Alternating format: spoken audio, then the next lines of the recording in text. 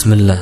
اللهم لك الحمد كما ينبغي لجلال وجهك وعظيم سلطانك، والصلاة والسلام على حبيبنا رسول الله وعلى آله وصحبه ومواله. رب اشرح لي صدري ويسر لي أمري واحلل عقدة من لساني يفقه قولي. السلام عليكم ورحمة الله وبركاته.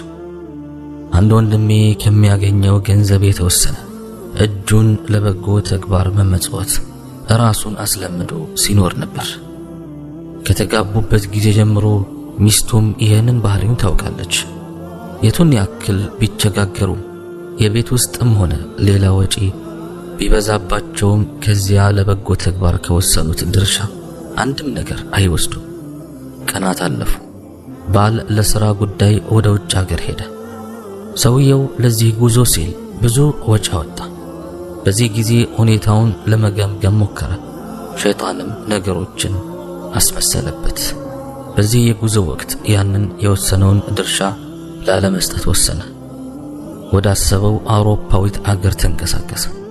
ለእራት ከተጠራበት ሄደ። የጠሪው ቤት አንድ ጸጥ ባለ ጫካ ውስጥ ነበር የሚገኘው። እራት በልቶ ወደ ቤቱ ለመሄድ ሲወጣ የመኪናው መስታወት ተሰብሮ አገኘው። የራሱ የሆነ ላፕቶፕም ተሰርቆበታል። ተገረመ። በዚህ ጸጥታ በሰፈነበት ጫካ ውስጥ ሌባ ከየት ይመጣል? በዚህም የተነሳ በጣም አዘነ። ላፕቶፑ የተገዛው በቅርቡ ነበር። ምክንያቱም ለማወቅ ወደ ራሱ ተመለሰ። ከራሱ ጋር አወራ። በፊት ራሱን ያስለመደውን ያንን መልካም ስራውን ተወጥቶ ቢሆን ኖሮ ለዚህ አይነቱ ቀን መከላከያ በሆነለት ነበር። ያ ክፍያ የዚህን ላፕቶፕ 1/20 እንኳን አይሆንም ነበር። ያንን ስጦታ በመከልከሉ ምክንያት የደረሰበት ዱንያዊ ኪሳራ ከፍተኛ ነው። በአኺራስ እንዴት ይሆን? በዚህ ክስተት የተነሳ ከአምላኩ የተላከለትን ወሳኝ መልእክት አነበበ፣ ተረዳ፣ ተማረ። ከዚህም ህመም ከፍተኛ የሆነ ጥበብ መዘዘ። እንዲህ ይላል፣ የአላህን ድርሻ አትከልክል፣ አላህ ስጦታውን ይይዝብሃልና። ታላቁ ታቢዒ ቀታዳ ኢብኑ ዳዕማህ አሱደሲ እንዲህ ይላል፣ አንድ ሰው ሐራም መስራት እየቻለ አላህን ፈርቶ ያንን ነገር አይተው አላህ ከመጨረሻው ዓለም በፊት በዚህች ቅርቢቱ ዓለም ከዚያ የሚሻል መልካም ነገር የተላከለት ቢሆን እንጂ። የአላህ መልእክተኛም ዓለይሂ ሰላቱ ወሰላም እንዲህ ብለዋል፣ ምጽዋት መስጠት ከገንዘብ አይቀንስም። አንድ ባሪያ ይቅር በማለቱ ክብር እንጂ አይጨምርለትም።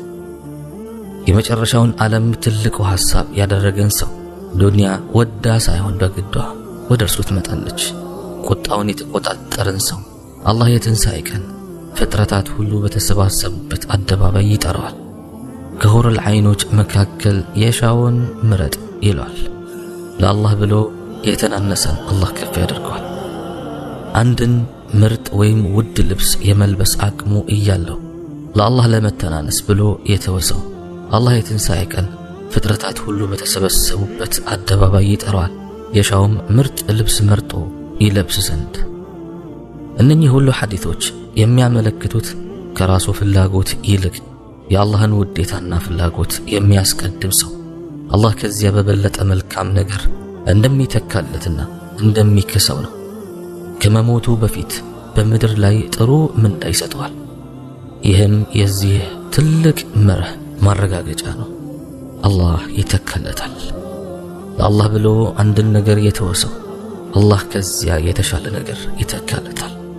ይህን ትምህርት አንድ ከገጠር የመጣ ሰው ከአላህ መልእክተኛ ሰለዋቱ ረቢ ወሰላሙሁ ዐለይህ በአግባቡና በጥንቃቄ ተምሮታል። ሰውየውን የአላህ መልእክተኛ ዐለይሂ ሰላቱ ወሰላም እጁን ይዘው እንዲህ በማለት አስተማሩት፣ አንተ አንድን ነገር አላህን ፈርተህ አትተው፣ አላህ ከዚያ የበለጠ ነገር የሰጠ ቢሆን እንጂ።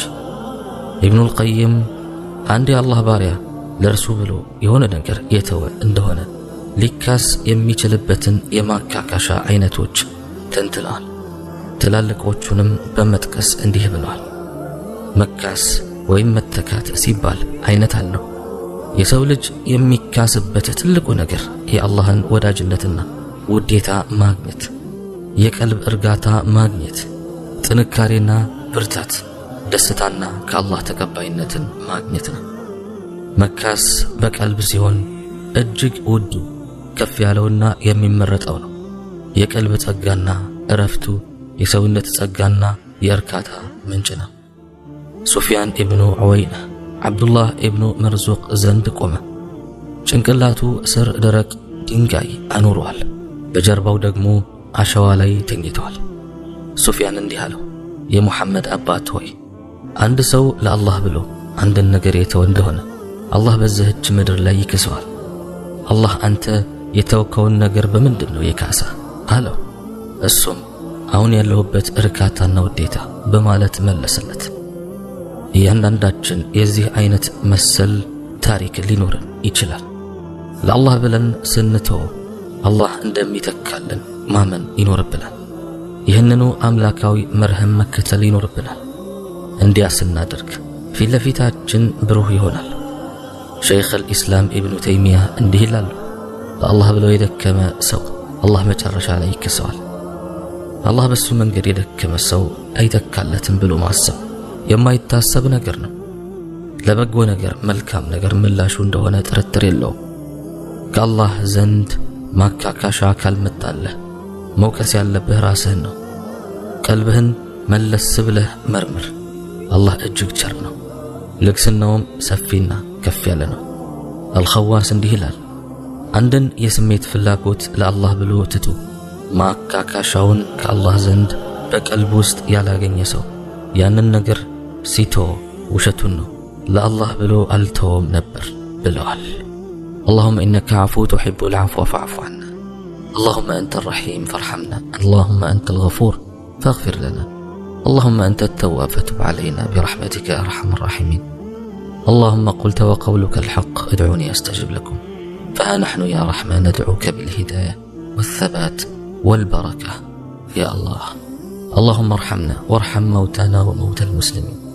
اللهم اغفر لنا ولوالدينا ولجميع المسلمين والمسلمات الأحياء منهم والأموات. اللهم اجعل قبورنا رياضا من رياض الجنان ولا تجعلها حفرا من حفر النار. اللهم اغفر لنا جميع ذنوبنا فإنه لا يغفر الذنوب إلا أنت. اللهم يا مقلب القلوب ثبت قلوبنا على دينك. اللهم اغفر لنا جميع ذنوبنا يا رحمن فإنه لا يغفر الذنوب إلا أنت. اللهم آتنا في الدنيا حسنة وفي الآخرة حسنة وقنا عذاب النار. سبحانك اللهم وبحمدك أشهد أن لا إله إلا أنت أستغفرك وأتوب إليك. وآخر دعوانا أن الحمد لله رب العالمين والسلام عليكم ورحمة الله